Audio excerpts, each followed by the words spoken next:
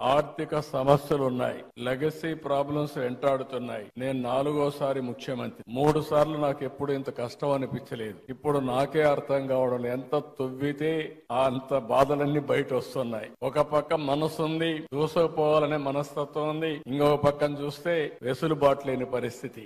ఓసారి చిన్న చిన్న కష్టాలు వచ్చినప్పుడు 4-5 సార్లు కూర్చుంటే సమస్యకు పరిష్కారం దొరుకుతుందేమో గాని ఈ 6 నెలల నుంచి నేను రాత్రింబగళ్ళు ఆలోచిస్తున్నా, పట్టుదలగా పరిశోధిస్తున్నా. అయినా కూడా ఇప్పటికి కూడా నాకు ఒక దారి దొరకలేదంటే ఎంత డ్యామేజ్ జరిగిందో మీరందరూ గుర్తుపెట్టుకోవాల్సిన అవసరం ఉంది. అయితే కానీ నాకు ఒక బాధ్యత మీరందరూ ఇచ్చారు. ఆ బాధ్యతతో తప్పకుండా ఎట్టి పరిస్థితిలో మళ్లీ పూర్వ వైభవం తీసుకొచ్చే వరకు వదిలిపెట్టనని చెప్పి కూడా మీ అందరికి హామీ ఇస్తున్నా. అందరికీ న్యాయం చేసేది నా విధానం. నన్ను చూశారు. ఏ ఒక్కరికి కూడా నేను ముఖ్యమంత్రిగా ఉన్నప్పుడు గాని తెలుగుదేశం పార్టీ అధికారంలో ఉన్నప్పుడు జరగలేదు. మొన్నే మీరు చూస్తే పాస్టర్స్ కి, ఫాదర్స్ కి ఆ రోజు పెట్టిన ఆందోళన మా వాళ్ళు ఎన్ని కష్టాలు ఉన్నాయన్నా కాదు, ఈ క్రిస్మస్ సందర్భంగా దాన్ని క్లియర్ చేయాలని నేనే సంతకం పెట్టి క్లియర్ చేశానని చెప్పి కూడా నేను మీకు తెలియజేస్తున్నా.